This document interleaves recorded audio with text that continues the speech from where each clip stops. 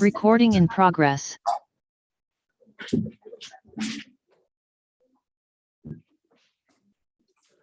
Periodic क्लासेशन खत्म किया था ना, नया टॉपिक शुरू कर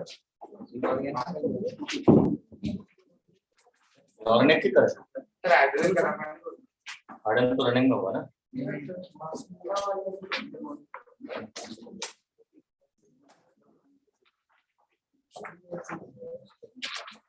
गैसेस स्टेट मुझे याद रहा, आइडियल गैस अपन ने कर लिया, रियल गैस नहीं किया। तो रियल गैस छोटा सा टॉपिक है 2 टन का, उसको है आइडियल कुछ भी नहीं हो रहा, देखेंगे भी तो मतलब अलग से पढ़ा। तो रियल गैस की अपन चर्चा कर लेते हैं, छोटा सा टॉपिक है 2 टन का, क्वेश्चन एक आध आ ही जाता है। फिजिकल केमिस्ट्री का टॉपिक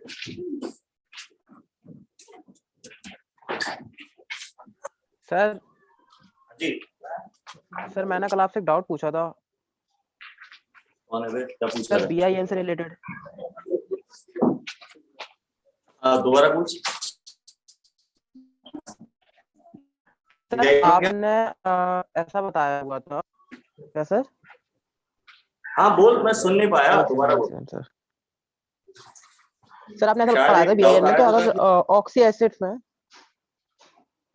एसिड्स में अगर ऑक्सीडेशन का नंबर कम हो तो उसमें अपन OUS लगाते हैं, और अगर हायर ऑक्सीडेशन नंबर हो तो IC लगाते हैं। हाँ। तो सर अपन उसमें कंपेयर कैसे करेंगे सर? जैसे क्लोरीन 4 या 5 वो बनाता है सर, 4 बनाता है, तो अपन कंपेयर कैसे करेंगे कि इसके नीचे वाले में OUS लगेगा, इसके ऊपर वाले में IC लगेगा? बिल्कुल सही बात है कि हमें पता होना चाहिए सब वो एलिमेंट कौन कौन सा ऑक्सीडेशन स्टेट शो करता है। तो उनमें से किसमें एक लगाना है, किसमें अस लगाना है, किसमें पर और एक दोनों लगाने हैं, किसमें हाइपो और अस दोनों लगाने हैं, डिफिकल्ट काम। पर जनरली जो पैटर्न चलता है, ज्यादातर एलिमेंट्स जो 2 स्टेबल ऑक्सीडेशन स्टेट शो करता है। क्लोरीन बदमाश है, 4 कर रहा है, पर ज्यादातर एलिमेंट 2 ही शो करता है। जैसे सल्फर के 2 स्टेबल ऑक्सीडेशन स्टेट होते हैं, +1 +4 और +6, माइनस में 2 शो करता है, ठीक है। फास्फोरस के 2 स्टेबल +3 +5 होते हैं। नाइट्रोजन के भी 2 स्टेबल +3 +5 होते हैं। आयरन के भी 2 स्टेबल +2 +3 होते हैं। टिन के 2 स्टेबल +2 +4 होते हैं। लेड के 2 स्टेबल +2 +4 होते हैं। तो हेलोजन के अलावा कार्बन के 2 स्टेबल +2 +4 होते हैं। तो हेलोजन के अलावा जो एलिमेंट है वो ज्यादातर 2 ही स्टेबल ऑक्सीडेशन स्टेट शो करते हैं। अच्छा, इनमें जो हाईएस्ट वाला है, हाईएस्ट कैसे पता पड़ेगा? Electronic configuration. लास्ट ऑर्बिट में जितने इलेक्ट्रॉन है मैक्सिमम, वो उसका हाईएस्ट ऑक्सीडेशन नंबर होता है। जैसे फास्फोरस में 5 होते हैं, नाइट्रोजन में 5 होते हैं, सल्फर में 6 होते हैं। तो इस हिसाब से अपन बात करें। सल्फर उसके नीचे सेलेनियम टेलुरियम भी ऐसे चलेंगे। फास्फोरस नाइट्रोजन फास्फोरस के आर्सेनिक एंटीमनी भी कैसे चलेंगे? सेम ऐसे चलेंगे। तो आउटर मोस्ट शेल में जितने इलेक्ट्रॉन है वो हाईएस्ट ऑक्सीडेशन नंबर हो गया, और उससे 2 डिजिट कम, आमतौर पर कितना? 2 डिजिट कम जो है, एस और पी ब्लॉक की बात की जाए तो वो आपका लोअर ऑक्सीडेशन नंबर। तो हायर वाले में 1 लगाना है, लोअर वाले में अस लगाना। अगर एसिड है, आयन है, तो हायर वाले में 1, लोअर वाले में आई। जैसे नाइट्रोजन है, नाइट्रोजन का एक एसिड ये बनता है HNO2 ऑक्सी एसिड, और एक बनता है HNO3। इसमें इसका ऑक्सीडेशन नंबर +5 है, इसमें +3 है। तो हम इसको बोलेंगे नाइट्रिक एसिड, इसको बोलेंगे नाइट्रस एसिड, ठीक है। अब इनके आयन निकालें, H हटा के NO2- आयन बनेंगे, इसमें NO3- आयन बनेगा। अब इसे नाइट्रस में बोलना है, ये तो तब लगता है जब एसिड होता है। अब आयन में नाइट्राइट कम ऑक्सीडेशन नंबर और हायर पे 8, लोअर पे 8, हायर पे 8, this is nitrite ion, this is nitrate ion. Iron है FeCl2 और FeCl3, हायर वाला 8, so this one is ferric chloride, this one is ferrous chloride, ठीक है। Fe10 जब +2 वाला बनाएगा तो स्टेनस, +4 बनाएगा तो स्टेनिक, प्लम्बस प्लम्बिक। कॉपर भी +1 +2 दो शो करता है, +1 पे क्यूप्रस, +2 पे क्यूप्रिक, ठीक है ना, ऐसा सिस्टम चल रहा है। हाँ, अब अगर कोई एलिमेंट ज्यादा शो कर रहा है, 4 तरह के, तो ऐसे हेलोजेंस करते हैं, तो उनके लिए यार स्पेशली अलग से याद कर लो, 4 शो कर रहे हैं तो उनमें सबसे हाई है जो उसके आगे पर लगा दिया, उससे फिर एक अस और सबसे छोटे वाले में हाइपो लगा दिया, ऐसा करके काम चलता है। क्लियर? ज्यादातर में तो ये पैटर्न चल रहा है, वो एक एक्सेप्शन है तो उसकी चिंता ज्यादा कम करेंगे, याद करेंगे, ठीक है। चलिए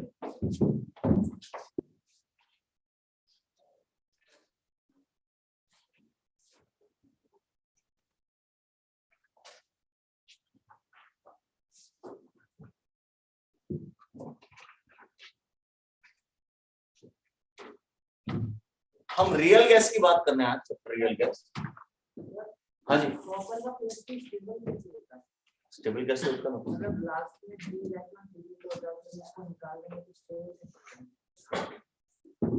कॉपर का +1 और +2 में से +2 कम स्टेबल होता है, +1 ज्यादा स्टेबल होता है अगर वो गैसियस स्टेट। लेकिन अगर एक्वस सॉल्यूशन में तो +2 ज्यादा स्टेबल होता है, +1 कम, क्योंकि +2 वाले आयन का हाइड्रेशन ज्यादा होता है तो उसकी हाइड्रेशन एनर्जी भी ज्यादा होती है, उसके रीजन पीछे ना हाइड्रेशन डीएनए ब्लॉक में बताया था, ठीक है। चलिए रियल गैस की बात कर ले, वैसा हो गया तो हमने आइडियल गैस पढ़ी, एक आइडियल गैस इक्वेशन भी पढ़ी और हमने कहा था कि दुनिया में जितनी भी गैसेज हैं वो इस फार्मूले को फॉलो करती हैं, PV=NRT। इस फार्मूले को फॉलो करने का मतलब क्या है? फार्मूले को फॉलो करती है मतलब इसके पीछे पीछे चलती हैं। हम इस इक्वेशन से गैसेस का वॉल्यूम पता करने की कोशिश करें। भाई इसका वॉल्यूम पता करना आसान है, सॉलिड है, ये अपना शेप नहीं बदल रहा, साइज नहीं बदल रहा, इसकी लंबाई देख ली, चौड़ाई देख ली और शेप देख लिया, सिलेंड्रिकल सा दिख रहा है, ये πr² ऐसे निकल जाएगा इसका वॉल्यूम। गैसेस के साथ प्रॉब्लम है ना, तो उनका शेप फिक्स होता है ना वॉल्यूम फिक्स होता है। कैसे निकालें? तो उसके लिए तरीका था कि ये देखा गया कि प्रेशर का असर पड़ता है गैसेस के वॉल्यूम, टेम्परेचर का असर पड़ता है और अमाउंट का असर पड़ता है। एन मतलब अमाउंट, 1 मोल गैस लोगे तो कम जगह घेरेगी, 2 मोल ज्यादा। तो हमें उसको नापना, ऐसे लंबाई चौड़ाई नाप के गैस का वॉल्यूम नापना कठिन है, दिखती भी कहाँ है गैस, तो दिख भी रहा है फिर भी। तो उन्होंने कहा ऐसे निकाल लो यार वॉल्यूम, इस फार्मूले से। प्रेशर रख दो कितना है अभी, टेम्परेचर कितना है अभी वो लिख दो, कितने मोल गैस लिए वो लिख दो, आपको वॉल्यूम पता चल जाएगा। तो फार्मूला का उद्देश्य क्या होता है? गैस का वॉल्यूम निकालना। अब मैंने क्या किया, 2 ATM प्रेशर लिया, 5 मोल कोई गैस ली। अच्छा, इस फार्मूले में गैस के नाम से कोई असर नहीं पड़ता, कोई सी भी गैस हो सेम रिजल्ट आएगा, क्योंकि R है यूनिवर्सल गैस कांस्टेंट, ये सारी गैसों के लिए कैसा होता है? सेम होता है। T मैंने ले लिया 300 kelvin to 27 degree Celsius, 300 kelvin. अब अगर मैं इस फार्मूले में वॉल्यूम निकालना चाहूं तो प्रेशर की जगह 2 लिखूंगा, वॉल्यूम निकालना है तो V लिखूंगा। मोल कितने लिए? 5, R की वैल्यू 1/12, 0.0821, T कितना हो गया? 300। 12 का 300 में डिवाइड लगता है तो 25 300 बटे 12 25 25 और 25 5 का मल्टीप्लाई 125 डिवाइडेड बाय 2, तो वॉल्यूम आना चाहिए मेरे पास 62.5 लीटर। इस फार्मूले से मुझे पता चला कि अगर मैं किसी गैस को 2 atm प्रेशर पर रखूंगा, 5 मोल गैस होगी अगर मेरे पास, और उसका टेम्परेचर का 300 केल्विन रखूंगा, तो वो कितनी जगह घेरेगी? 62.5 लीटर, इतनी जगह वो घेरेगी, यानी उसका वॉल्यूम 62.5 लीटर रहेगा। क्लियर है? ये तो मैंने फार्मूले से निकाला। अब मैंने कहा मैं लैब में जाकर चेक करता हूँ, ऐसा थोड़ी कि वॉल्यूम आप नाप ही नहीं सकते कभी। सर आप बता रहे थे पेन का निकाल सकते हैं, गैस का नहीं निकाल सकते। निकाल सकते हैं, आसान नहीं। तो लेबोरेटरी में जाकर मैंने इतनी प्रेशर जनरेट की, इतनी टेम्परेचर रखा और 5 मोल गैस कंटेनर में डाली। उसको कितनी जगह घेरनी चाहिए? 62.5। पर जब उसने वॉल्यूम मैंने नापा तो वो निकला 63 लीटर। कितना आना चाहिए था? 62.5। क्या निकला? 63 लीटर। तो क्या मेरे कैलकुलेशन में गलती? नहीं, कैलकुलेशन तो मैंने बिल्कुल सही। शुरू में तो ऐसा होता था कि जो गैसेस के वॉल्यूम नापते थे, मेथड ज्यादा पता नहीं थी, जो भी है, तो इस इक्वेशन से इतना निकाला उतना ही निकलता था। और कई गैसेस ऐसी मिलनी शुरू हुई फिर कि आप फार्मूले से जो वॉल्यूम निकालते हैं, लेबोरेटरी में नापने पर उतना वॉल्यूम नहीं आता। जैसे यहाँ वॉल्यूम कितना आया, नापे गए वॉल्यूम से ज्यादा आया। ऐसा भी हो सकता था 62 लीटर आया या 61 लीटर आया, कम रह जाए। That is also possible. Scientist लोगों को समझ में आया कि सारी गैसेस इस इक्वेशन को फॉलो नहीं कर। अगर 62.5 ही आया होता नापने पे भी वॉल्यूम, तो हम मानते हैं गैस इस इक्वेशन को फॉलो कर। अब यहां मेरे सामने दो तरह के वॉल्यूम, एक 62.5 लीटर और एक 63 लीटर, ये हमने नापा है। तो इसको अपन बोल सकते हैं ऑब्जर्व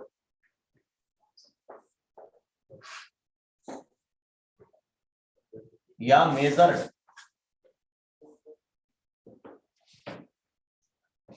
या फिर एक्सपेरिमेंटल वॉल्यूम। ऑब्जर्व या मेजर्ड या एक्सपेरिमेंटल, और ये हमने फार्मूले से निकाला, तो उसे कैलकुलेटेड वॉल्यूम बोल सकते हैं।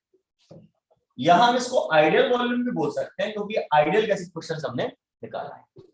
लेकिन ये वॉल्यूम जो है इसको हम बोलेंगे रियल वॉल्यूम। रियल वॉल्यूम क्योंकि रियलिटी में इतना आया, असलियत में तो उतना आया ना। तो दोनों अगर सेम आते हैं, कैलकुलेटेड और ऑब्जर्व, तो हम मानेंगे वो गैस कैसी है? आइडियल। दोनों सेम नहीं आते हैं तो हम मानेंगे वो गैस कैसी है? नॉन आइडियल या रियल। नॉन आइडियल या रियल, आइडियल नहीं। ये कहानी समझ में आई साइंस। तो पहला सवाल तो ये उठा कि गैसेस नॉन आइडियल क्यों होती? कुछ गैसेस फार्मूले को फॉलो क्यों नहीं कर? क्या प्रॉब्लम है भाई, क्यों नहीं फॉलो कर? एक क्वेश्चन ये भी बनता है, तो अपन यहीं से शुरुआत करें।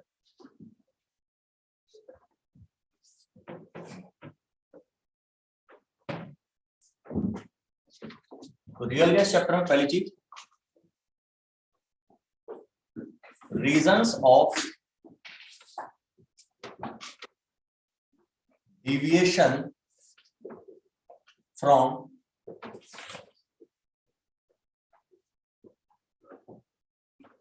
ideal behavior। गैसेस क्यों आइडियल नहीं है? आप लोग क्यों आइडियल बच्चे नहीं, क्यों नहीं पढ़ाई करते? बताओ, इसको रीजंस होंगे ना, तो यहाँ वैसे रीजन पूछ क्यों नहीं आइडियल। सबसे पहला रीजन है मित्र क्या भी है, मोबाइल, अट्रैक्शन। पढ़ाई के अलावा दूसरी चीजों पे लगने वाला आपका अट्रैक्शन। पढ़ाई में मन ही नहीं लगता। फेसबुक चाहे जितना करवा लो, आजकल तो क्या चलेगा, इंस्टाग्राम, फोटो खींचते रहते डलते रहते, ठीक है। अरे कितना चेहरा दिखाओगे, बदल थोड़ी जाएगा, वैसे ही रहेगा, ठीक है। वो चल गया है, और फिर दोस्तों के साथ खेलना है, पबजी सब्जी पबजी सब्जी जो भी है, तो बड़ी समस्या है। यहां पर भी यही समस्या। जो आइडियल गैस इक्वेशन मैंने आपको दिखाई PV=NRT, वो काइनेटिक थ्योरी ऑफ गैसेस पर बेस्ड है, केटीजी मैंने पढ़ी थी। काइनेटिक थ्योरी ऑफ गैसेस ये कहती है कि गैस के जो मॉलिक्यूल्स होते हैं उनके बीच में कोई अट्रैक्शन या रिपल्शन नहीं लगता। तो assumption यानी हाइपोथेटिकल बात, शायद ऐसा होता होगा, सोची गई बात, उस हिसाब से इक्वेशन बना ली। एक्चुअली में तो अट्रैक्शन लगता है, भाई हम तो सोच रहे हैं आपका दूसरी चीजों के प्रति अट्रैक्शन नहीं, पर असलियत में तो है। हमारी assumption गलत होगी ना। तो केटीजी में दो assumptions गलत थी, एक है अट्रैक्शन वाली, और एक और assumption गलत थी कि केटीजी मानती थी कि गैस के मॉलिक्यूल का खुद का वॉल्यूम कंटेनर के वॉल्यूम यानी जितना उस गैस ने घेर रखा उसके कंपैरिजन में कैसा होता है, नेग्लिजिबल। ये भी गलत है। गलत तो हमेशा गलत नहीं। अब जैसे अपन लोग गैस मॉलिक्यूल, इस कमरे में अपन बैठे, तो मेरा वॉल्यूम इस कमरे के वॉल्यूम के कंपैरिजन में नेग्लिजिबल तो नहीं, थोड़ा बहुत तो असर डालेगा, है ना। लेकिन अगर मुझे क्रिकेट ग्राउंड में छोड़ दिया तो बहुत बड़ा है, तो उसके कंपैरिजन में मेरा वॉल्यूम कैसा हो गया, नेग्लिजिबल। अपन लोग वो छोटे वाले रूम में चले पढ़ने के, तो फिर अपना वॉल्यूम और कम नेग्लिजिबल हो जाए।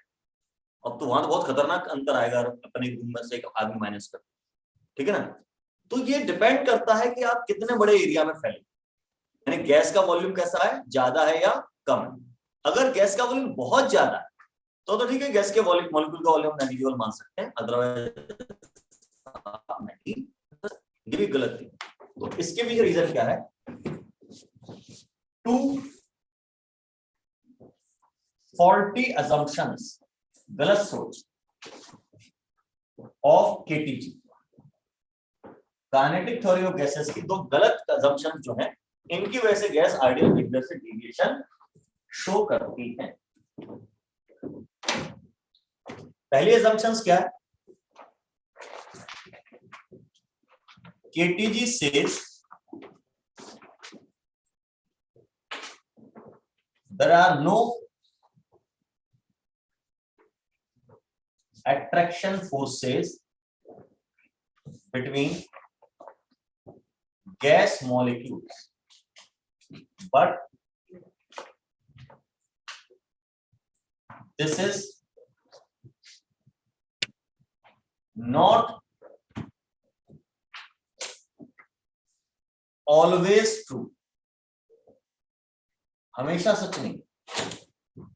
ये भी सही हो सकता है, बशर्ते वही गैस का वॉल्यूम कैसा हो, बहुत ज्यादा। अगर गैस का वॉल्यूम बहुत ज्यादा होगा, गैस के मॉलिक्यूल हमारे क्या होंगे, बहुत दूर दूर, तो दूर दूर होने पे हो सकता है एक बार को उनके बीच में अट्रैक्शन नहीं लगा।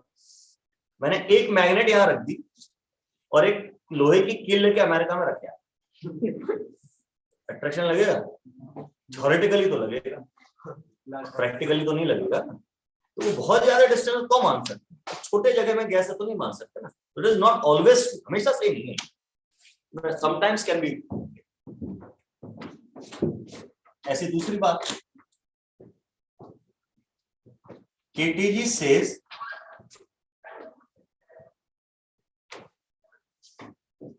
individual volume of gas molecules is negligible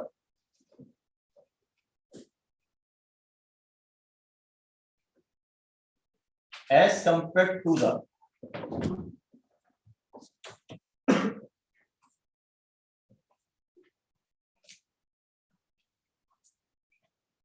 total volume occupied by the gas.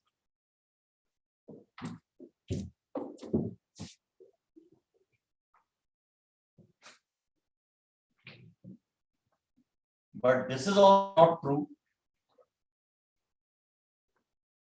always. ये भी हमेशा सही नहीं.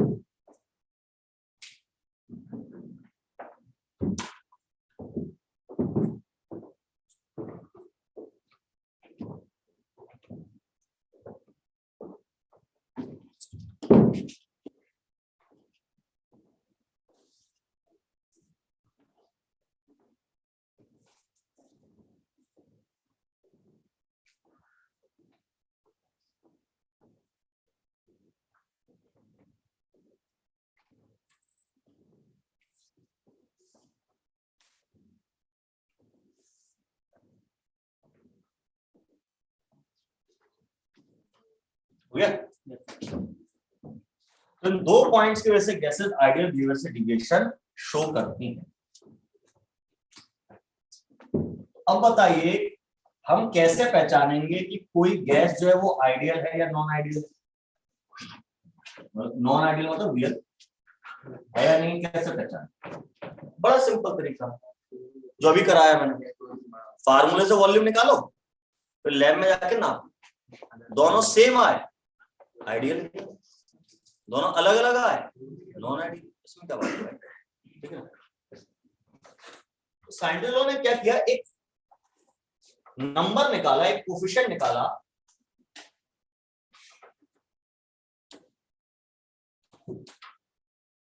जिसका नाम रखा उन्हें कंप्रेसिबिलिटी फैक्टर.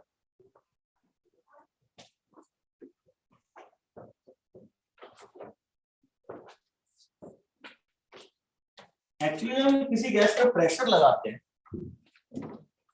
तो प्रेशर लगा रहे हैं, आप उसे क्या कर रहे हैं, कंप्रेस कर रहे हैं. मैंने 2 ATM प्रेशर लगाया था मुझे एग्जांपल, तो मेरा ये सोचना था कि 2 ATM प्रेशर पे गैस कंप्रेस होकर कितनी रह जाएगी, 62.5 लीटर. एक ATM पे उसका वॉल्यूम 125 लीटर आ रहा है. प्रेशर डबल करोगे तो वॉल्यूम आधा हो जाता है, इनवर्सली प्रोपोर्शनल. अब मैंने 2 ATM प्रेशर लगाया और मुझे पता है कि उसका वॉल्यूम 62.5 लीटर तक कंप्रेस हो जाना चाहिए, लेकिन वॉल्यूम जब नापा तो कितना आया, 63 लीटर. यानी जितना कंप्रेस होना चाहिए था गैस को उतना हुई या कम हुई या ज्यादा हुई? कम. 62.5 तक घटना चाहिए था. कहां पे अटक गया, 63.5 लीटर कम कंप्रेस हुआ. तो ऐसी गैस को आप क्या बोलोगे, less compressible gas, less compressible. अच्छा, मैंने वो 2 ATM प्रेशर लगाया, वॉल्यूम आना चाहिए था 62.5 लीटर, आया 60 लीटर, ज्यादा कंप्रेस जितना सोच रहे थे उससे. तो ऐसी गैस को क्या बोलोगे, मोर कंप्रेसिबल. तो उन्होंने कहा जो रियल गैस है, नॉन आइडियल गैस है, वो भी 2 तरह की हो सकती है भाई साहब, एक लेस कंप्रेसिबल, एक मोर कंप्रेसिबल. तो उन्होंने एक नंबर निकाला कंप्रेसिबिलिटी फैक्टर. कंप्रेसिबिलिटी फैक्टर 1 आ रहा है, 1 अगर किसी गैस का, तो इसका मतलब है वो गैस को जितना कंप्रेस होना चाहिए था उतनी ही हो रही है, ना कम ना ज्यादा. अगर वो 1 से ज्यादा आ रहा है यानी लेस कंप्रेस हो रही है, 1 से कम आ रहा है तो मोर कंप्रेस हो रही है. इस तरह की बातें उन्होंने की. सवाल उठता है कंप्रेसिबिलिटी फैक्टर निकालते कैसे, तो उसको हम जेड से दिखाते हैं, और ये होता है V observe upon V calculated. समझ गए? या ऐसे आप ऐसा लिख सकते हो, V real upon V ideal. V observe मतलब लेबोरेटरी में जो नापा, एक्सपेरिमेंटल वाला. ठीक है. अब अगर Z इक्वल टू 1 है, देन गैस इज आइडियल. तो फिर हम गैस कैसी मानेंगे, आइडियल. समझ रहे हो आप लोग, Z1 है मतलब दोनों वॉल्यूम कैसे आ रहे होंगे, सेम नापा गया और वाला, ऐसे में तो आइडियल होती है ना.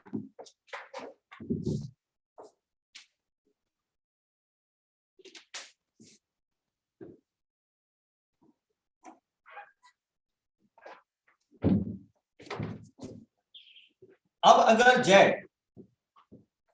1 नहीं है, 1 नहीं है, then gas is non-ideal और you can say real. Reality में सारी गैसेस नॉन आइडियल, आइडियल कुछ नहीं दुनिया. अब Z1 नहीं है तो दो बातें हो सकती है, Z मोर देन 1 होता है, तो फिर गैस है तो नॉन आइडियल, उसको कहते हैं then gas is called less compressible और positive non ideal gas. Positive में ज्यादा प्लस आ रहा है, जितना आना चाहिए कंप्रेसर फैक्टर 1 उससे ज्यादा आ रहा है, उसको हम पॉजिटिव नॉन आइडियल गैस कहते हैं। In it,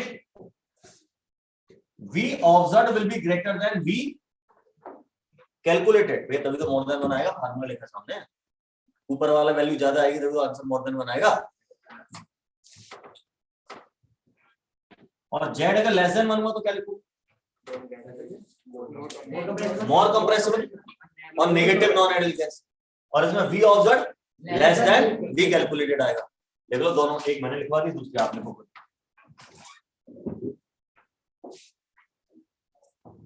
तो एक बार समझ में आया तो रटने का काम खत्म हो जाता है, फिर एग्जाम तक याद रहती बात ये सब, इसलिए थोड़ा समझाने का प्रयास।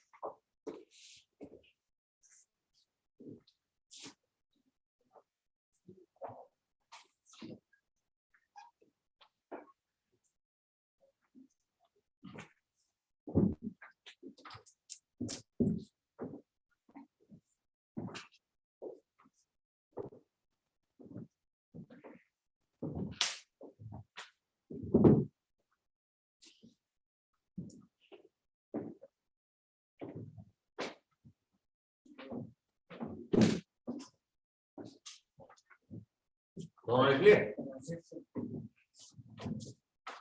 अभी जो Z है इसका एक फार्मूला होता है PV अपॉन NR। गैस को एक मोल के लिए लिखना चाहोगे तो N हटा दो, PV बाय R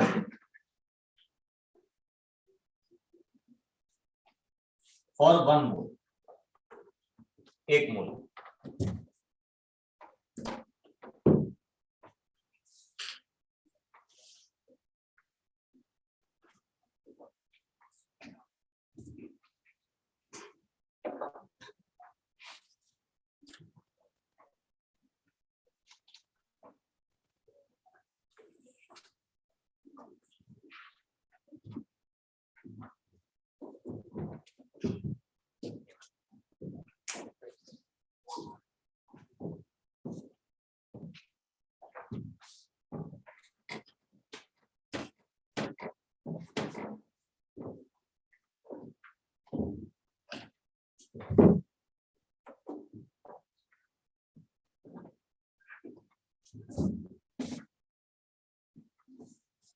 ये V कौन सा वॉल्यूम है? ऑब्जर्व वाला, और फिर कैलकुलेटेड वॉल्यूम की जगह मैंने NRT अपॉन P लिख दिया। PV स्क्वायर तो NRT था ना, PV स्क्वायर तो NRT फॉर्मूला था, V को वहीं छोड़ के P को अपॉन में ले जाओगे तो NRT अपॉन P आएगा। यहाँ पर NRT अपॉन P लिखोगे तो P ऊपर चला जाएगा, ये ऐसे बन गया। V कौन सा वाला? ऑब्जर्व। सवाल में जो वॉल्यूम दिए होते हैं वो ऑब्जर्व। सवाल में बोला गैस का वॉल्यूम 2 लीटर, मतलब कैसा वॉल्यूम दिया बेटा उसने? कैलकुलेटेड वाला नहीं दिया, ऑब्जर्व वाला, एक्सपेरिमेंटल वाला। जो आप निकालोगे वो कैलकुलेटेड, तो आप निकालोगे फार्मूला वगैरह, ठीक है।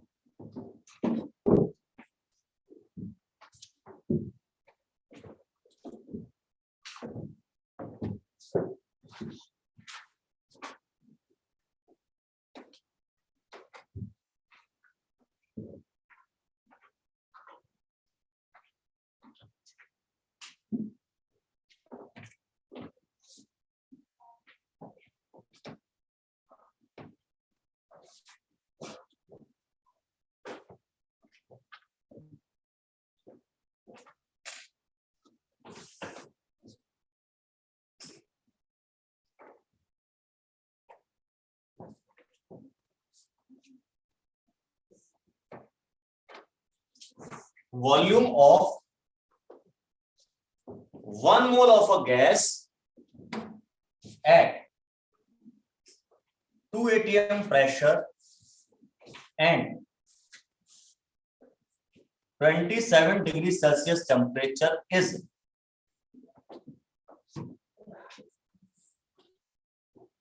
10 liters.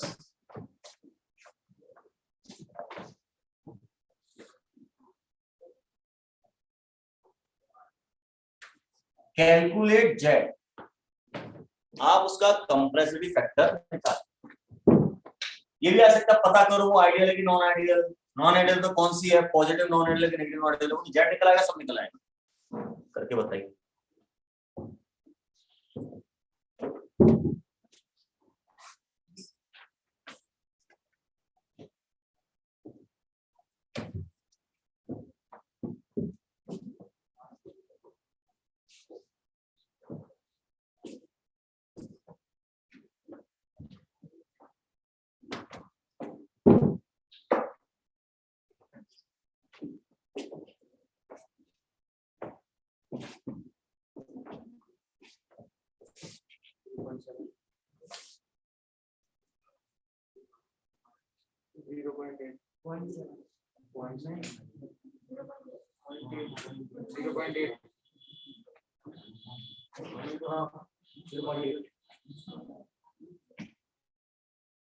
Point 7.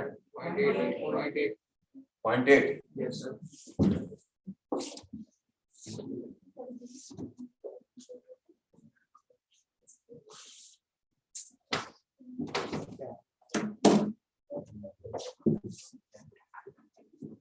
अगर कैसे सॉल्व करेंगे इसको, तो हमारे पास जेड का फार्मूला है पीवी अपॉन एनआरटी।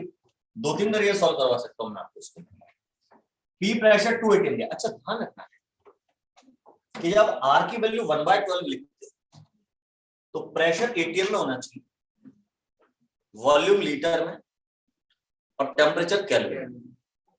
अगर प्रेशर आपने एटीएम में नहीं रखा तो सब कुछ सही करते हुए आपका आंसर गलत है। प्रेशर सवाल में मैंने एटीएम में दी, सवाल में प्रेशर एमएम ऑफ एचजी में दे सकता है, टॉर में दे सकता है, पास्कल में दे सकता है, किसमें भी दे सकता है। तो बिना उसे एटीएम में बदले न्यूमेरिकल नहीं करने हैं PV square NRT ideal equation. नहीं, यहाँ पे जहां आर की वैल्यू 0.082 बने, 1/12। तो प्रेशर 2 एटीएम, वॉल्यूम कितना दिया है 10 लीटर, लीटर में है, सही है। एन मोल 2 है, 1 मोल है। आर 1/12, ये 300, तो 20/25। 300 12 डिवाइड करते हैं 25 आता है, फीवर ऊपर 10 into 20, 20/25 यानी 4/5 यानी 0.8। अब ये मोर देन वन है, लेस देन वन है, लेस देन वन है। तो मोर कंप्रेसिबल गैस यानी नेगेटिव नॉन आइडियल।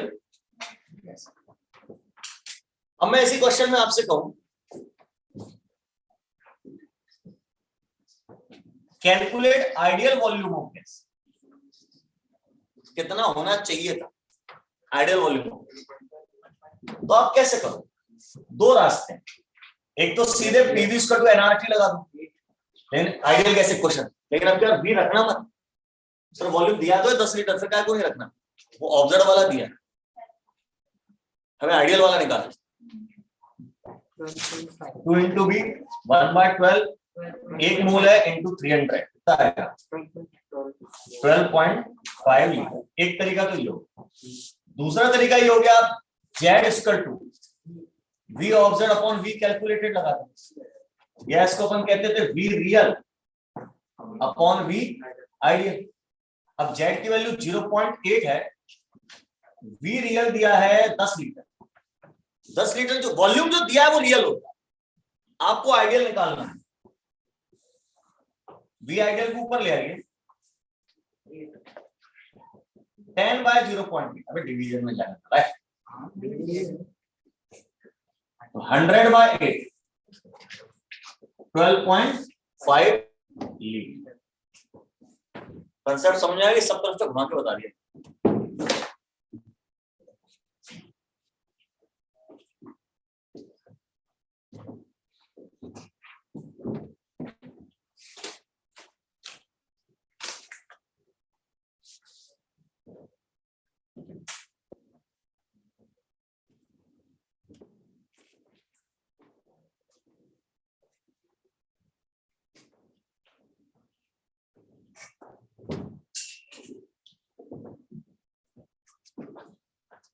तो मुझे एक बात समझ में आ गई, कोई gas non ideal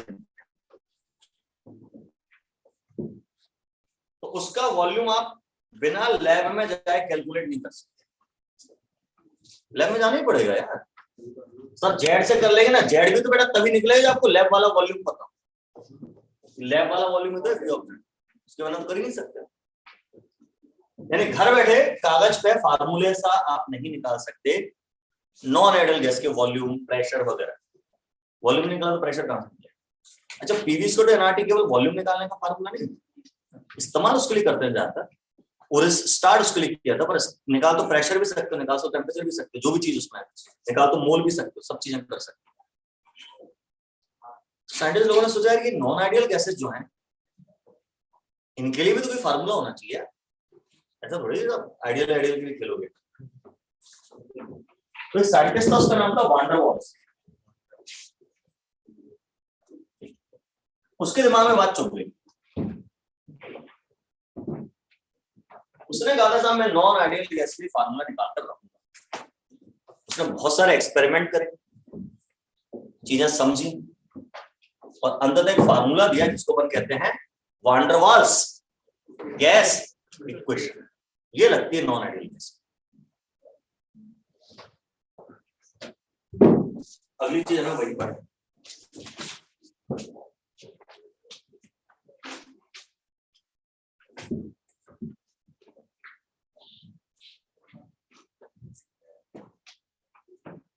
JEE main में केवल इक्वेशन पूछी जाएगी, जेई एडवांस में न्यूमेरिकल्स भी आएंगे।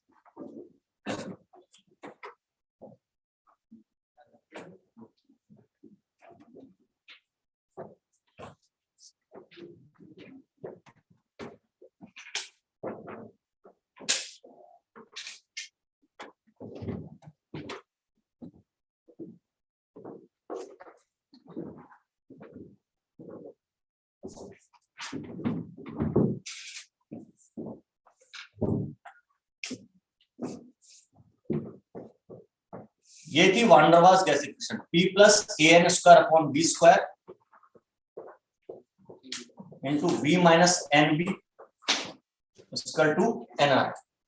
जहां जहां N लिखा है वो मोल है। अगर इस इक्वेशन को एक मोल के लिए लिखना चाहोगे तो जहां जहां N लिखा है वो 1 कर दो, 1 मोल। 1 का स्क्वायर 1 ही रह जाएगा, तो उसको हटा ही दो। फिर ऐसे लिखी जाएगी P plus A upon V square into V minus B equal to R। अच्छा, कई बार क्या करते हैं बुक्स में, जब आप एक मोल के लिए लिखते हैं किसी क्वेश्चन तो V के नीचे छोटा सा M लगा दें। M मतलब मोलर, मोलर मतलब एक मोल, मोलर वॉल्यूम लगा देते हैं। आपको जरूरी नहीं आप लगाएं, और किसी बुक में लगाया तो घबराएं, इसलिए मैंने आपको बताया। अपन तो नहीं लगा रहे, लेकिन आपकी शीट में शायद लगा हुआ, तो टेंशन वाली बात है। V मतलब Vm मतलब एक मोल का वॉल्यूम, और V मतलब कितने भी मोल का हो सकता है। ये हमारी वान डेर वाल्स गैस इक्वेशन। इसमें देखिए जो प्रेशर है, ये जो P लिखा है, ये P है मेजर्ड प्रेशर, यानी जो नापा गया एक्सपेरिमेंटली। V का मतलब है, अच्छा ये पूरा जो है A अपॉन V स्क्वायर, इसको हम बोलते हैं प्रेशर करेक्शन।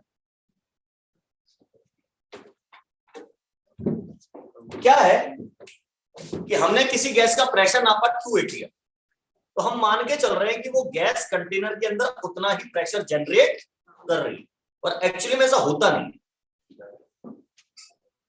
प्रेशर जो जनरेट कर रही है गैस, वो उसके द्वारा जनरेट किया जा सकने वाला मैक्सिमम प्रेशर नहीं है। क्यों? हम मान के चल रहे हैं गैस के मॉलिक्यूल्स में अट्रैक्शन नहीं लगता, अट्रैक्शन तो लगता है।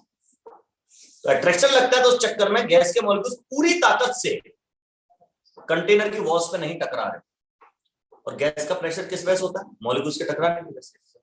तो इसलिए प्रेशर जो नापा गया उसमें कुछ वैल्यू ऐड करनी चाहिए, तब आपको मिलेगा आइडियल प्रेशर। तो ब्रैकेट में जो पूरा लिखा है ये आइडियल प्रेशर, ये मेजर्ड प्रेशर, ये प्रेशर करेक्शन, दोनों को जोड़ के मिला तो क्या मिला, आइडियल प्रेशर जितना गैस को लगाना चाहिए था अगर गैस के मॉलिक्यूल्स में अट्रैक्शन फोर्स नहीं हो। ऐसे यहां पर V का मतलब है मेजर्ड वॉल्यूम, कंटेनर का वॉल्यूम जो होता है।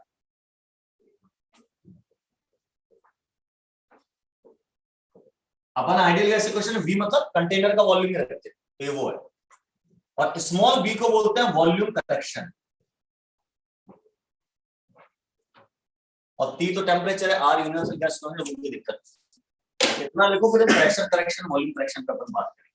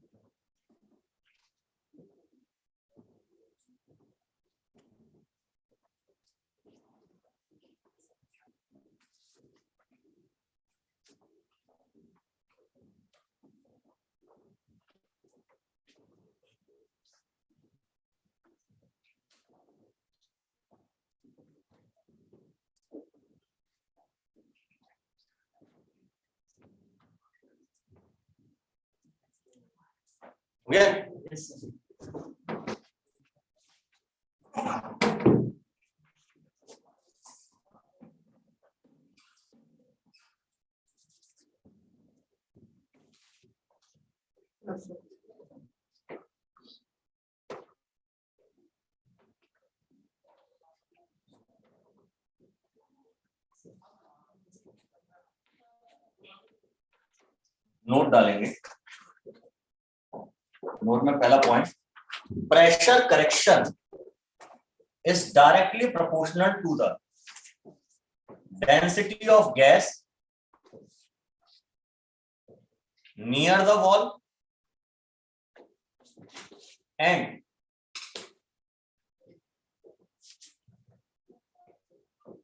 density of gas inside the container। Gas की डेंसिटी ज्यादा है, इसका मतलब अच्छा कौन सी density, number density of gas near the wall and number density of gas inside the container. मैंने डेंसिटी के लिए नंबर डेंसिटी क्यों लिखा, क्योंकि डेंसिटी मतलब वेट अपॉन वॉल्यूम, वो नहीं देखना है मेरे को देखना है 1 मिलीलीटर एरिया में कितने मॉलिक्यूल हैं गैस, यानी number of molecules divided by volume of the container. इसको अपन क्या बोलते हैं, number density, number upon volume.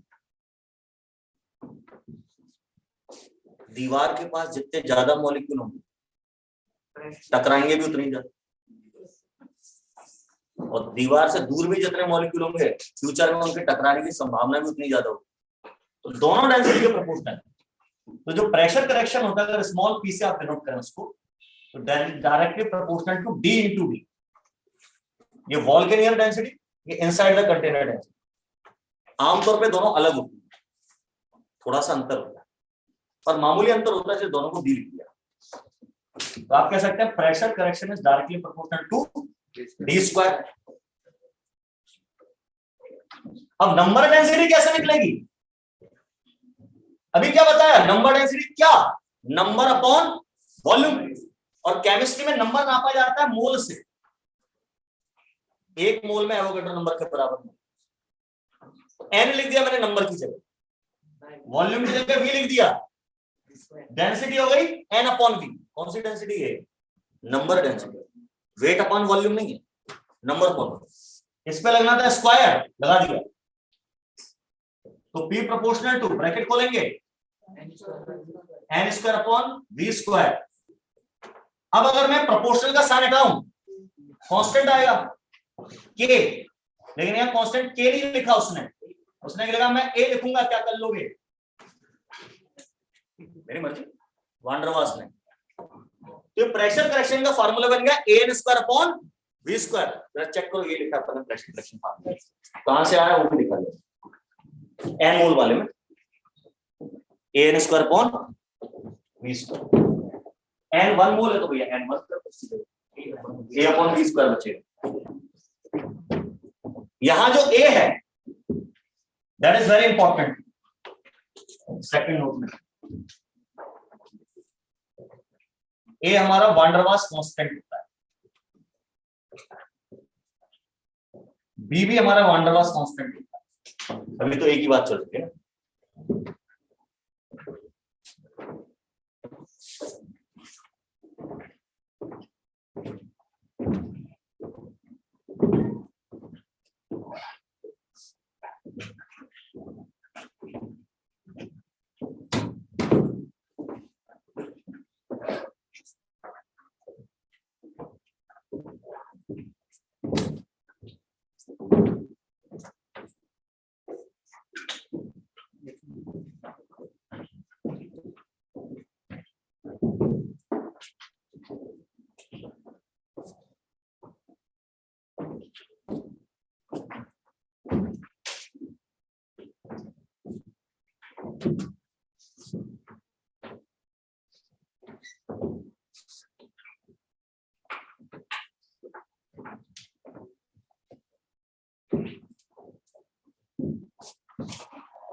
Note the second point,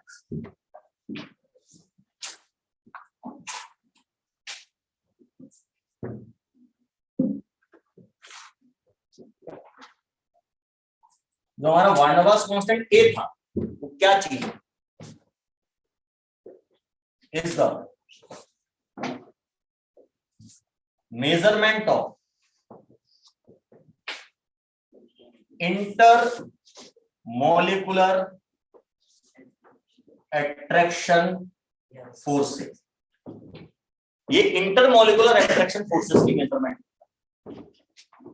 मतलब किसी गैस में जितने ज्यादा इंटरमॉलिक्यूलर फोर्स ऑफ अट्रैक्शन होंगे उसके ए की वैल्यू उतनी ज्यादा होगी, एंड वाइस वर्सा, अगर किसी गैस का ए ज्यादा है इसका मतलब उसके अंदर इंटरमॉलिक्यूलर अट्रैक्शन ज्यादा है, तो मॉलिक्यूल उतनी ताकत से टकरा नहीं पा रहा है गैस, प्रेशर जो नाप रहे हो वो ओरिजिनल से कम आ रहा है।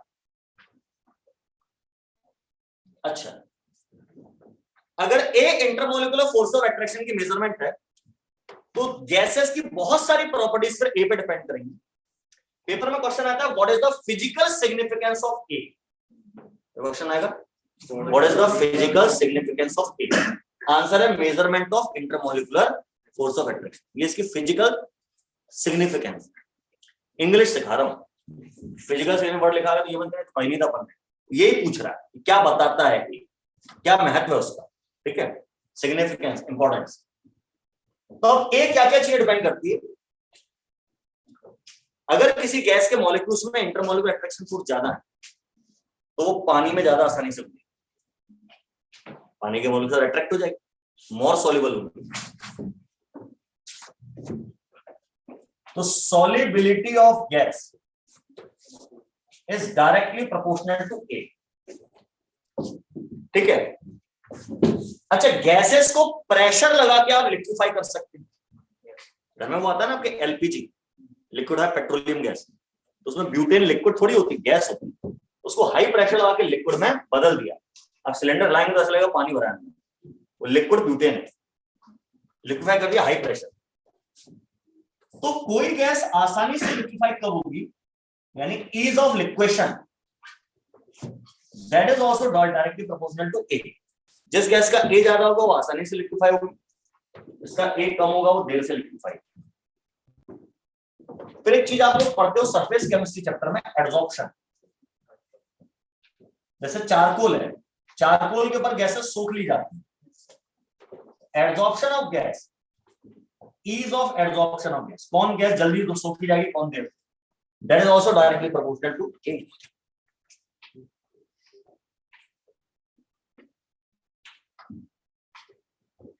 फिर एक और चीज होती है गैस के मामले में अपन पढ़ने वाले हैं, critical temperature,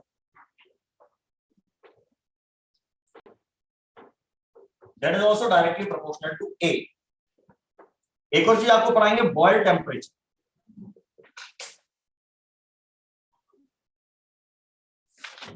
that is also directly proportional to ए।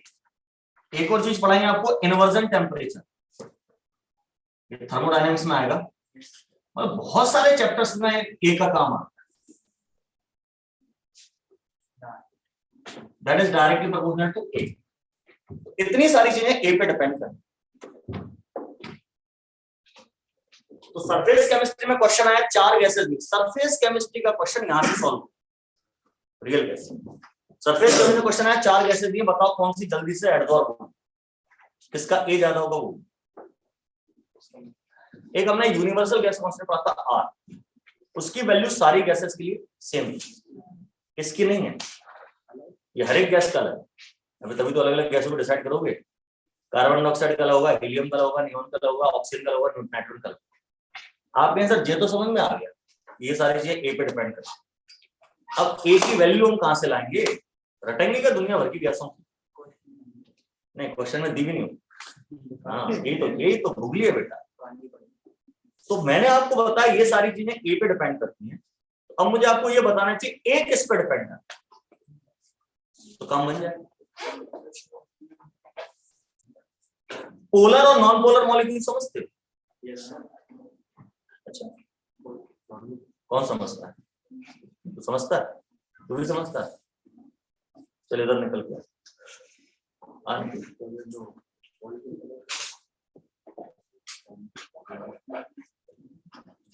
समझा थोड़ी देर पोलर मॉलिक्यूल? अरे समझा रहे यार, अरे यार ये तो बेईमानी है।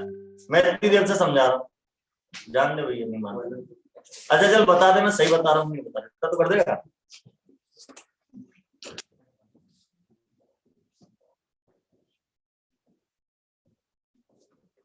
ये 2 एटम आपस में जुड़े, इनके बीच में कैसा बॉन्ड बना है? कोवेलेंट। आप एक तो कोवेलेंट बॉन्ड जानते हो, एक आयनिक बॉन्ड जानते हो। आयनिक बॉन्ड की पहचान होती है चार्ज, प्लस या माइनस। एक पे प्लस होता है, एक पे माइनस होता है। यहां चार्ज है क्या? नहीं, तो ये आयनिक बॉन्ड तो नहीं, कोवेलेंट बॉन्ड। कायदे से कोवेलेंट बॉन्ड में चार्ज नहीं होना चाहिए, नहीं है, यहां पे है भी। लेकिन मान लीजिए हाइड्रोजन से क्लोरीन जुड़ा तो चार्ज आ जाएगा। क्लोरीन पे हल्का सा माइनस, हाइड्रोजन पे हल्का सा प्लस। क्यों? Due to difference in electronegativity. अभी पढ़ा है पीरियोडिक रिलेशन में, इसलिए पूछा था, बताइए थी बात। Polar covalent bond, non polar covalent, समझ गए? अब अगर ये पोलर है मॉलिक्यूल, तो बगल में अगर दूसरा HCl पड़ा होगा,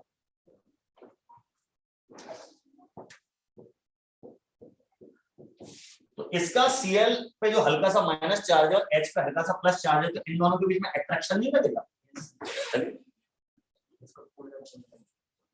डाइपोल, डाइपोल अट्रैक्शन इसका नाम होता है। और अट्रैक्शन लग रहा है इधर 2 Cl2 के बीच में अट्रैक्शन नहीं लगेगा, लगेगा भी तो बहुत हल्का फुल्का। हाँ, ऐसा ऐसा चार्ज कहां फिर को लगेगा अट्रैक्शन? लगता है जब जब 2 अलग अलग एटम जुड़े होते हैं, तो इसका मतलब दोनों की इलेक्ट्रोनेगेटिव में अंतर है। तो ऐसे बॉन्ड को अपन पोलर बॉन्ड कहते हैं, ऐसे मॉलिक्यूल को अपन पोलर मॉलिक्यूल कहते हैं। पोलर मॉलिक्यूल या डाइपोल भी कह सकते हो, उसमें 2 पोल, एक पॉजिटिव एक नेगेटिव। ऐसा कहलाता है नॉन पोलर। और नॉन पोलर में भी चार्ज आता जाता रहता है, कभी इस पे हल्का प्लस आएगा, इस पे हल्का माइनस, कभी इस पे हल्का माइनस, कभी से हल्का, दोनों पे आता रहता है। कभी इस पे हल्का प्लस, थोड़ी देर हल्का माइनस आता है, थोड़ी देर बाद चला जाए, आता जाता रहता है। क्यों आता जाता रहता है? हम केमिकल बॉन्डिंग में चर्चा करेंगे। इनमें चार्ज हमेशा है, इनमें चार्ज आता जाता है। ये पोलर है, ये नॉन पोलर। इनमें चार्ज बहुत कम आता है, डेल्टा।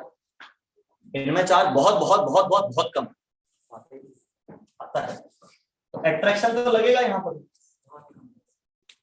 जिनमें ये चार्ज हमेशा है, हमेशा प्लस माइनस, इन्हें कहते हैं परमानेंट डाइपोल।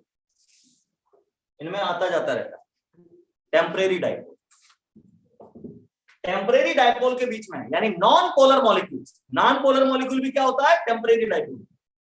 उनके बीच में ये जो अट्रैक्शन फोर्स लगता है, इसका नाम होता है लंदन फोर्स। लंदन फोर्स या डिस्पर्सन फोर्स भी है, या इंड्यूस्ड डाइपोल अट्रैक्शन।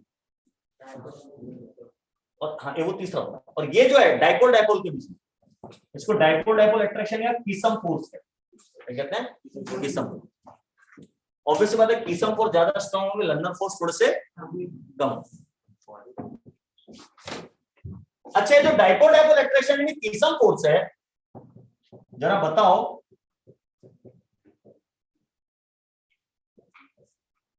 HF में ज्यादा लगेगा कि HCl में? इसमें ज्यादा लगेगा HF में कि HCl में ज्यादा लगेगा? HF में। क्यों? इलेक्ट्रोनेगेटिव फ्लोरीन की ज्यादा है, यही बोले इन दोनों की इलेक्ट्रोनेगेटिव का डिफरेंस ज्यादा। पाउलिंग स्केल पे फ्लोरीन की इलेक्ट्रोनेगेटिव 4, हाइड्रोजन की 2.1, डिफरेंस आया 1.9। इधर 3 और 1, 3 और 2.1, यहाँ आएगा 0.9, या 1.9 या 0.9, यहाँ ज्यादा है। तो ये 4 ज्यादा है तो अट्रैक्शन भी कैसा होगा? ज्यादा। हाइड्रोजन या मोर इलेक्ट्रोनेगेटिव एटम से जुड़ा, फ्लोरीन से, या ऑक्सीजन और नाइट्रोजन से जुड़ा, तो क्या बनता है? हाइड्रोजन। ये हाइड्रोजन बॉन्ड बनाएगा, ये नहीं बनाएगा, ठीक है। तो हाइड्रोजन बॉन्ड बेटा कोई नया बॉन्ड नहीं होता। ये जो कीसम फोर्स है ना, जो भी समझा है डाइपोल अट्रैक्शन, उसी को हाइड्रोजन बॉन्ड कहते हैं। और कब? जब हाइड्रोजन का एटम फोन से जुड़ा, फ्लोरीन से, ऑक्सीजन से या नाइट्रोजन से, हाईली इलेक्ट्रोनेगेटिव। या एक और एटम ले सकते हो CSP, कार्बन एटम जिसमें sp हाइब्रिडाइजेशन, कार्बन एटम जिसमें sp हाइब्रिडाइजेशन।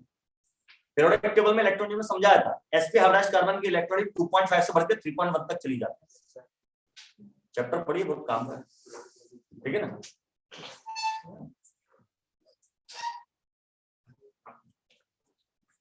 है वो भी एक तरह का डाइपोल अट्रैक्शन। तो जो A की वैल्यू होती है वो उन मॉलिक्यूल्स में ज्यादा होती है जिनमें डाइपोल अट्रैक्शन लगे, और जितने स्ट्रॉन्ग डाइपोल अट्रैक्शन लगेंगे उतनी A की वैल्यू ज्यादा होगी। डाइपोल अट्रैक्शन किस पर डिपेंड करेगा? डिफरेंस इन इलेक्ट्रो नेगेटिविटी में दोनों एटम्स के। अगर आपके डाइपोल अट्रैक्शन नहीं लग रहे हैं, मतलब नॉन पोलर मॉलिक्यूल, तो वे लंदन फोर्स लगते हैं, तो A की वैल्यू लंदन फोर्स के proportional. London force electron negativity depend नहीं करते, क्योंकि वो तो जीरो होता है difference in electron London force. तो वे लंदन फोर्स किस पर डिपेंड करते हैं? लंदन फोर्स डिपेंड करते हैं surface area, that is important. ये रख लेना भाई साहब, P ब्लॉक में बहुत काम आएगी, ऑर्गेनिक केमिस्ट्री में बहुत काम आएगी ये बात।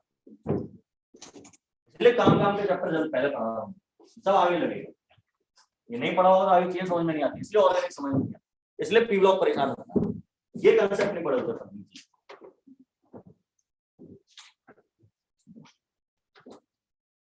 लंदन फोर्स किस पर डिपेंड करेंगे?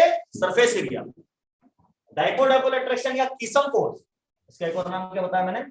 कीसम फोर्स। ये किस पर डिपेंड करेंगे? Difference in electro negativity. अब अगर किन्हीं मॉलिक्यूल्स में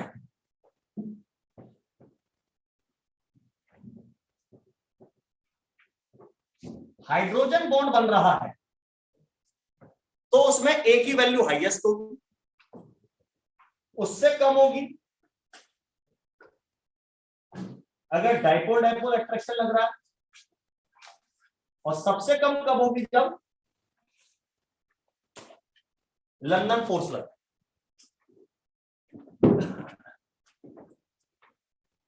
आपको 3-4 मॉलिक्यूल दे दिए जाए और पता करना हो किसका A ज्यादा है, किसका A कम है, और इस बात का इस्तेमाल करेंगे। ये जो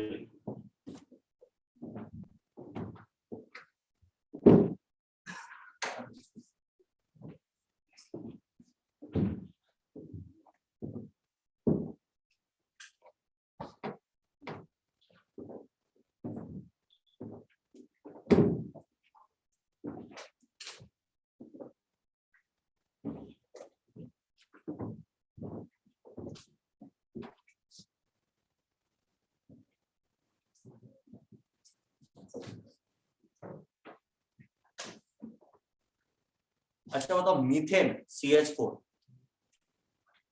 पोलर है नॉन पोलर? सेम एटम जुड़े अलग अलग? अलग। तो पोलर है, इसके अंदर पोलर बॉन्ड, ये बॉन्ड भी पोलर है, ये भी पोलर है, ये भी पोलर, ये भी। लेकिन एक प्रॉब्लम, इसकी पोलरिटी इससे कट जाएगी, इसकी इससे कट जाएगी, तो नेट पोलरिटी 0 है। तो CH4 कैसा है? Non polar. अब अगर CO2 की बात करूं, इसमें कार्बन ऑक्सीजन जुड़े, इलेक्ट्रॉनिटी अलग अलग दोनों, पर इसकी स्ट्रक्चर ऐसी होती है लीनियर, तो ये बॉन्ड पोलर है, ये भी पोलर है, और ओवरऑल मॉलिक्यूल नॉन पोलर है। ऐसा भी होता है, मॉलिक्यूल के अंदर पोलर बॉन्ड प्रेजेंट होंगे, पर ओवरऑल मॉलिक्यूल कैसा होगा? Non polar. क्यों होगा? क्योंकि उनके बॉन्ड की पोलैरिटी कट जाएगी आपस में, वो शेप पे डिपेंड करेगी। अगर इसका शेप ऐसा होता CO2 का, फिर नहीं कटता। अगर मान लो इसकी पोलैरिटी इस डायरेक्शन में और इसकी पोलैरिटी इस डायरेक्शन में, तो फिर आपको उसका वेक्टर सम निकालना पड़ता है। वो क्या होता है, वो ट्रायंगल रूल और ये रूल उससे होता है ना, उससे आप निकालते रहते, पैरेललोग्राम रूल वगैरह उससे निकालते रहते आप, तब 0 नहीं। तो इस स्ट्रक्चर पर डिपेंड करता है। ये जो पोलैरिटी की बात कर रहा हूं ना मैं, इसके लिए वर्ड यूज किया था डाइपोल मोमेंट। डाइपोल, इसकी वैल्यू जो निकाली है तो उसको डाइपोल मोमेंट कहते हैं। Charge into distance between charges, हो सकता है फिजिक्स में ही पढ़ा आपने डाइपोल। हाँ वही चीज, उसी की बात कर भाई। इस पे हल्का प्लस चार्ज है, इस पे हल्का माइनस चार्ज है, डाइपोल बन गया ना बेटा। When two equal and opposite charges are placed at a small distance, then it is called dipole. Definition आप पढ़ते हो फिजिक्स, डाइपोल ही बन गया। और इसका जो पावर है डाइपोल मोमेंट से निकाली जाती है, इसका डायरेक्शन है। अच्छा ध्यान रखना, फिजिक्स में डाइपोल मोमेंट का डायरेक्शन -2 प्लस, केमिस्ट्री में +2 माइनस। ये भी केमिकल बॉन्डिंग में आएगा, पर अभी बात चल रही है इसलिए बता रहा हूं। इसका भी डाइपोल मोमेंट 0 है, इसका भी डाइपोल मोमेंट 0, यानी दोनों कैसे हैं? Non polar. तो अब इनमें से किसका ए ज्यादा होगा? कंपैरिजन के लिए बात, तो मान लो इसमें डाइपोल मोमेंट होता, एक मॉलिक्यूल और HCl, इसमें तो है डाइपोल मोमेंट, इसका डाइपोल मोमेंट 0 नहीं। दो ही एटम जोड़े, दोनों अलग अलग, तो कटने का सवाल ही पैदा नहीं होता किसी और से। अब इसमें डाइपोल मोमेंट है, तो अगर ए की वैल्यू डिसाइड की जाए तो सबसे ज्यादा ए HCl का। पहले डाइपोल मोमेंट चेक करना है किसका, फिर साइड वाइज नहीं देखना, मतलब बाकी चीज नहीं देखना। अब इन दोनों पे आ जाओ, इन दोनों में से किसका ज्यादा? CH4 और CO2 में से। तो CH4 और CO2 दोनों का डाइपोल, तो दोनों में लंदन फोर्स लग रहा है। हाइड्रोजन बॉन्ड सबसे पावरफुल, ना इसमें है ना इसमें है ना इसमें। डाइपोल डाइपोल सेकंड नंबर पे, वो इसमें है, तो ये हाईएस्ट हो गया ए। ये दोनों सेकंड थर्ड पे आएंगे। अब कौन सेकंड पे आएगा, कौन थर्ड पे आएगा, ये तो जीत गया नंबर 1। नंबर 2 और 3 दोनों में से कौन लगेंगे? तो दोनों ही नॉन पोलर हैं, दोनों ही लंदन फोर्स वाले हैं। लंदन फोर्स किस पे डिपेंड करता है? Surface area. अब CH4 और CO2 में किसका सरफेस एरिया ज्यादा है? एटम देख लो यार, इसमें एक कार्बन है, इसमें भी एक कार्बन है, कॉमन बात हो गई। दूसरे एटम किसमें जुड़े हैं? हाइड्रोजन। हाइड्रोजन तो छोटे छोटे एटम, इसमें जुड़े हैं 2-2 ऑक्सीजन, बड़ा एटम। CO2 का सरफेस एरिया मीथेन से ज्यादा है, तो सरफेस एरिया ज्यादा है तो ए की वैल्यू भी क्या होगी?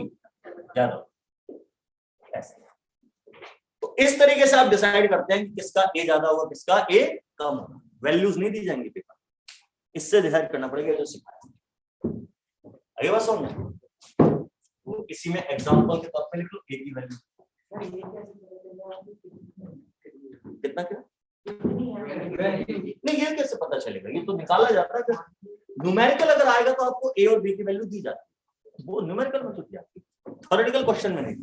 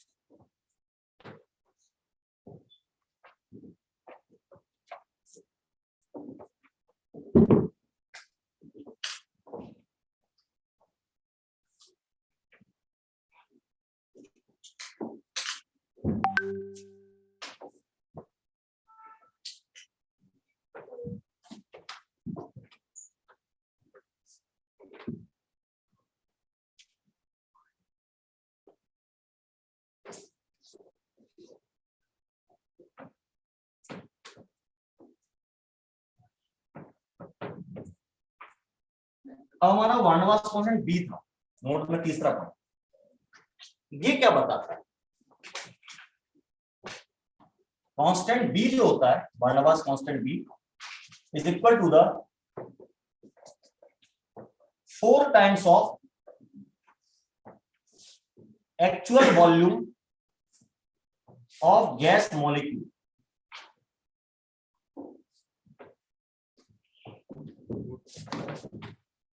Four times of actual volume के लिए इंडिविजुअल वॉल्यूम तो अपन अपनी बात कर रहे थे, हमारा वॉल्यूम 0 नहीं है,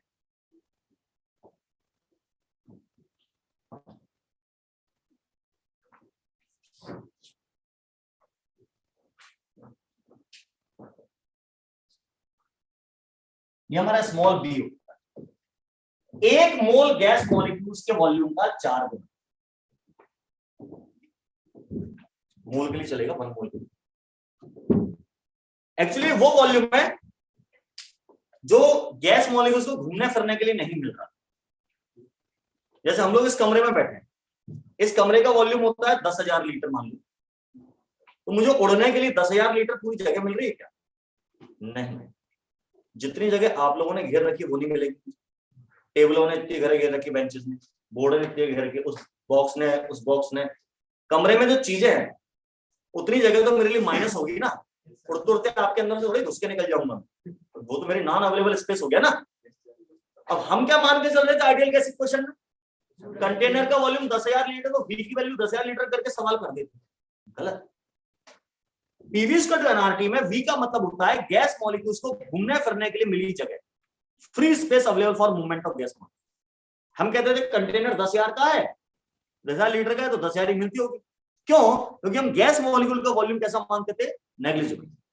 नेग्लिजिबल थोड़ी है, अपना कुछ ना कुछ वॉल्यूम तो है, पूरी जगह नहीं मिलेगी, कंटेनर के वॉल्यूम के बराबर जगह नहीं मिलेगी, कम मिलेगी।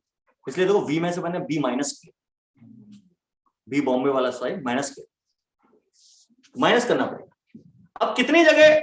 अरे सर अगर गैस मॉलिक्यूल का वॉल्यूम आपका X है, जो भी है, तो स्मॉल b की वैल्यू गैस मॉलिक्यूल के वॉल्यूम के बराबर होनी चाहिए।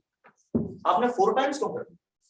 4 गुना कर दिया। इसलिए कि ऐसे मॉलिक्यूल उड़ता हुआ आ रहा है, आप उड़ते हुए आ रहे हो, आप मेरे से टकराओ, अंदर तो जा नहीं सकते, इतनी जगह आपको अवेलेबल है। गलत।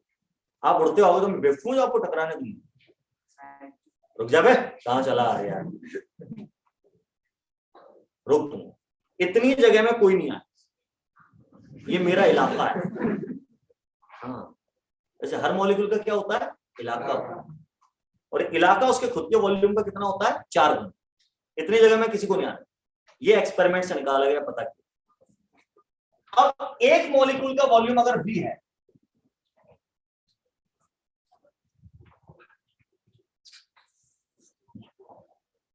स्मॉल v, कैपिटल V से तो अपन क्या दिखाते थे? कंटेनर का वॉल्यूम। स्मॉल v अगर एक मॉलिक्यूल का वॉल्यूम है, तो जो B लिखा है van der Waals constant B, इसकी वैल्यू कैसे निकालोगे? एक मॉलिक्यूल का वॉल्यूम B, एक का नहीं चाहिए, 1 मोल का चाहिए। क्या करें? Multiplied by Na। अबे एवोगैड्रो नंबर से मल्टीप्लाई कर दो भैया, 1 मोल का हो गया। लेकिन इसका भी कितना? 4 times. This is the value of B, 4 NaV। What is the small b? Volume of molecule. अच्छा, मॉलिक्यूल स्फेरिकल होते हैं,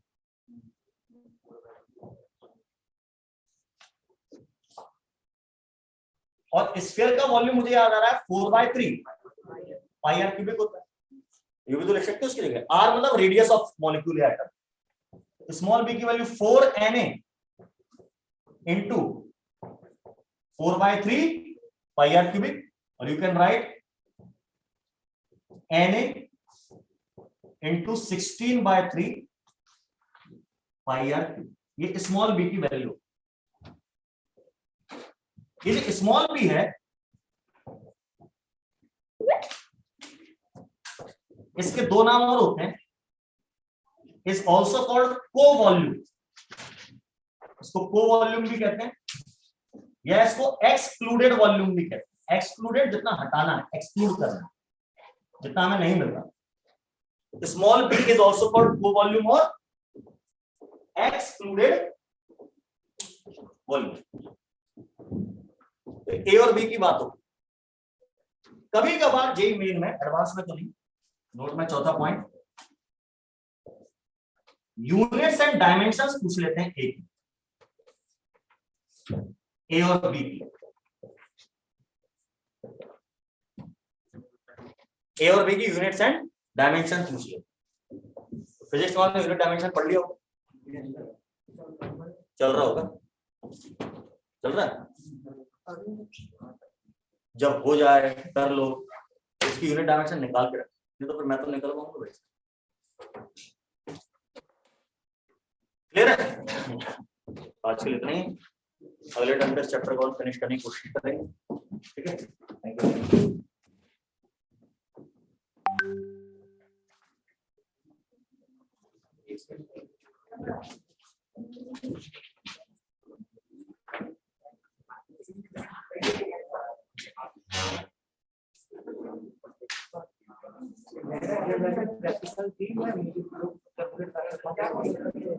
प्रैक्टिकल